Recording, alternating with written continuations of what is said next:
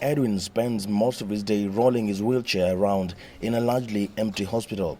He has been here for 6 months with a broken leg. His recovery was on track until doctors went on strike about a month ago.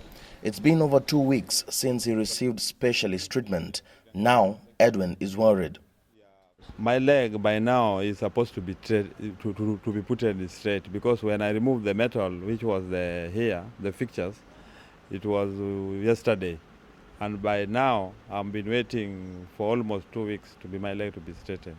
Now I'm just waiting. I don't know how it will be, but on my side, I'm seeing this leg is going to stay like that.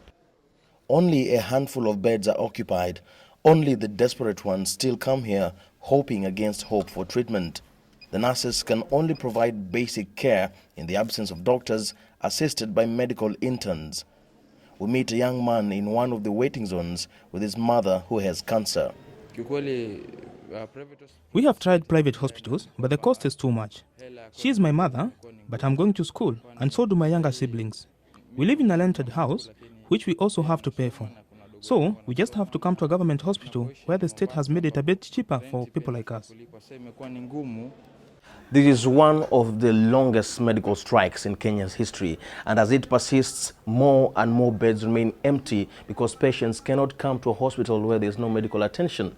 The alternative is to go to private hospitals, which may be unaffordable, or to stay at home altogether.